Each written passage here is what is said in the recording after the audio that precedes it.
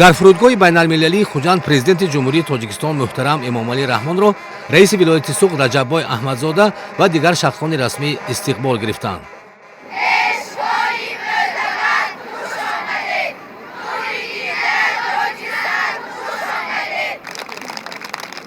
намояндагони аҳли ҷомеаи вилояти Суғд, аҳли илму фарҳангу адаб, зиёиён ва ҷавонон пешвои маҳбуби худро бо самимияти афсуну рӯҳии болида ва дар фазои шукӯҳманди наврӯзӣ пазироӣ намуданд.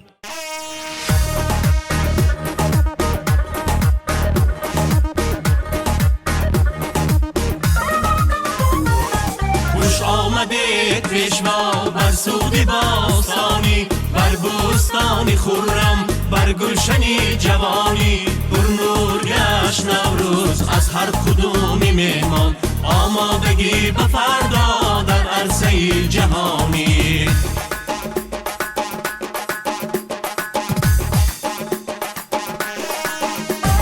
کشتنی شد آهنگ از خوشنوای نوروزی، جنت بود کشور از هوای نوروزی. از که در استقلال عهد بهترین باشد، جشن عالمی گردید از وفای نوروزی. کشتنی شد آهنگ از خوشنوای نوروزی، جنت بود کشور از هوای نوروزی. از که در استقلال عهد بهترین باشد، جشن عالمی گردید از وفای نوروزی.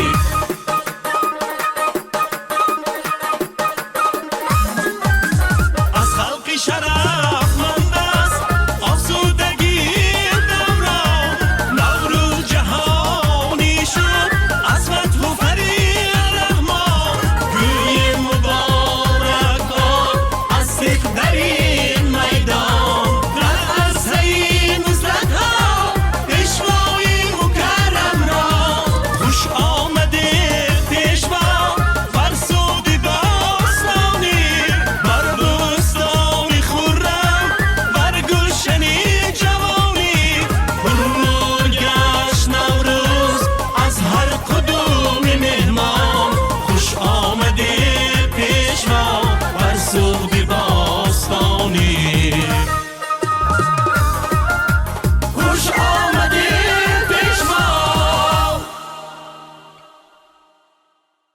гурӯҳи ҷавонон аҳли фарҳанг ва духтарони атласу адраспӯш бо иҷрои суннатҳои наврӯзи аҷдодӣ шукргузории хешро аз сулҳу ваҳдати миллӣ, фазои ободу шукуфоии тараннум, ифтихору сарбаландии хешро аз ташаббусҳо ва эътирофи пешвои миллати тоҷик дар ҷомеаи ҷаҳонӣ ифода намуданд.